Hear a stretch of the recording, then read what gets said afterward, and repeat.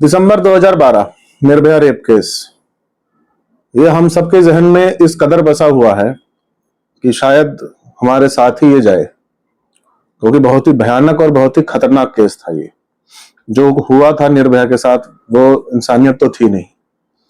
कुछ ऐसा ही केस बनाने की कोशिश की गई 13 मई 2026 को, और पूरा देश इसमें लग गया।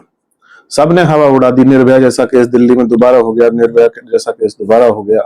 पुलिस क्या कर रही है, प्रशासन क्या कर रहा है। लेकिन जब असलियत बाहर निकल कर आई तो कहानी कुछ और ही निकली, और बड़ी विचित्र कहानी है। मंगलवार और बुधवार की रात 12:15 पे एक औरत नांगलोई रेलवे स्टेशन के पास ऑटो रिक्शा का वेट कर रही थी। वहीं से गुजर रही थी एक स्लीपर बस।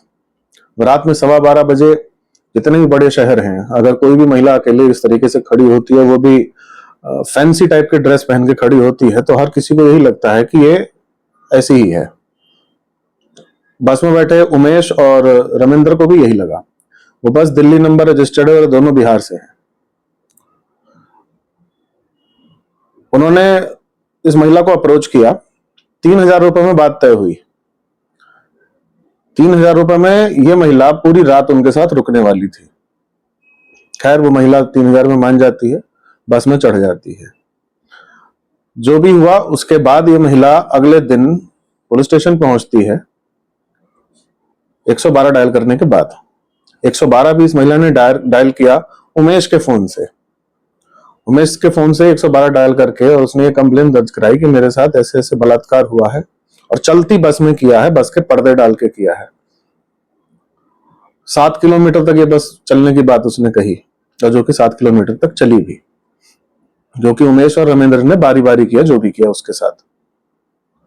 5 घंटे के अंदर पुलिस उमेश और रविंद्र दोनों को उठा लेती है।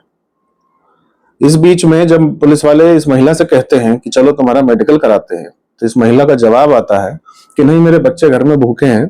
रात में 2 बजे की बात हो रही है ये। रात में 2 बजे वो कहती है कि मेरे बच्चे घर में भूखे हैं, मुझे घर जाकर उनको खाना खिलाना है। दिल्ली पुलिस को डाउट तो नहीं हो गया था, लेकिन फिर भी दिल्ली पुलिस की भी आप मतलब काम करने का तरीका देखिए। उसके घर मेडिकल टीम भेज के और सारी जांच करवाई। वहां जाके मेडिकल टीम उसका जांच करती है। रेप की तो पुष्टि नहीं होती है, लेकिन हाँ, किसी ने उसके साथ सेक्स किया, इसका कंफर्मेशन आ जाता है। इसी बीच में सुबह तक उमेश और रविंद्र दोनों अरेस्ट हो जाते हैं। जब उनसे पूछताछ होती है तो वो कुछ अलग कहानी सुनाते हैं। वो कहते हैं जी, हमारे तो 3,000 रुपए में बात हुई थी और हमने उन्हीं पैसों को देकर इसे बस में बैठाया। कलेश पैसों को लेकर हुआ। 3,000 में बात तय थी, लेकिन इन दोनों दिए 1,500।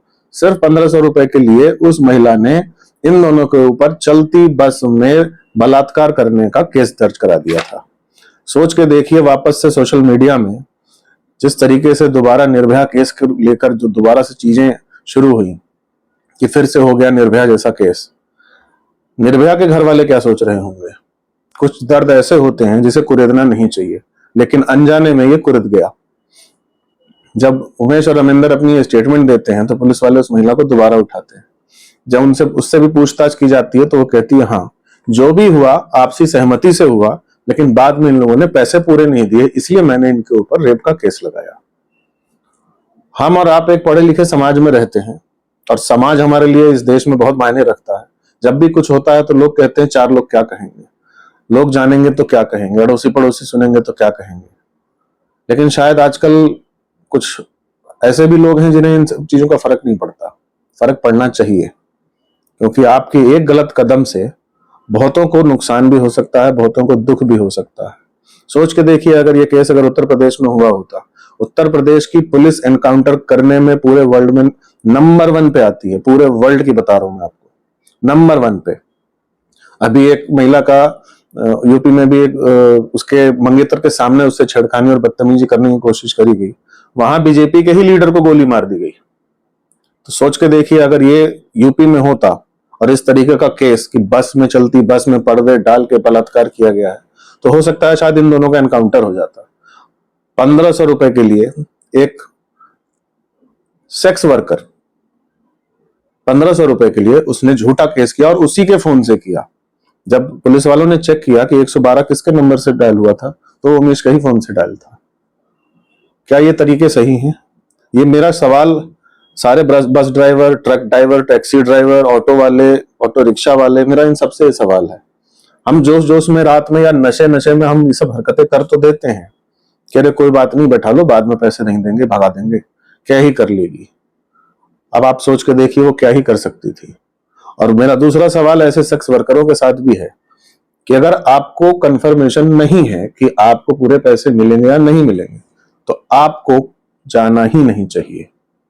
और वैसे भी सोच समझ के, हालांकि ये इलीगल है इस देश में, बहुत गिने चुने ही जगह हैं ऐसी हैं इस पूरे देश में, 4 या 5 हैं जो सरकारी रजिस्टर्ड हैं, उसके अलावा सब कुछ इलीगल ही है, लेकिन चलता है इस देश में खुलेआम।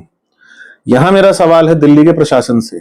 खुलेआम दिल्ली की सड़कों पे लड़कियां रात में 12, 1 बजे, 2 बजे घूम रही हैं, खुलेआम धंधा कर रही हैं, जिस्म का धंधा कर रही हैं।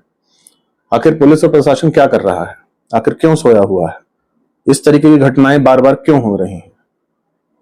धन्यवाद।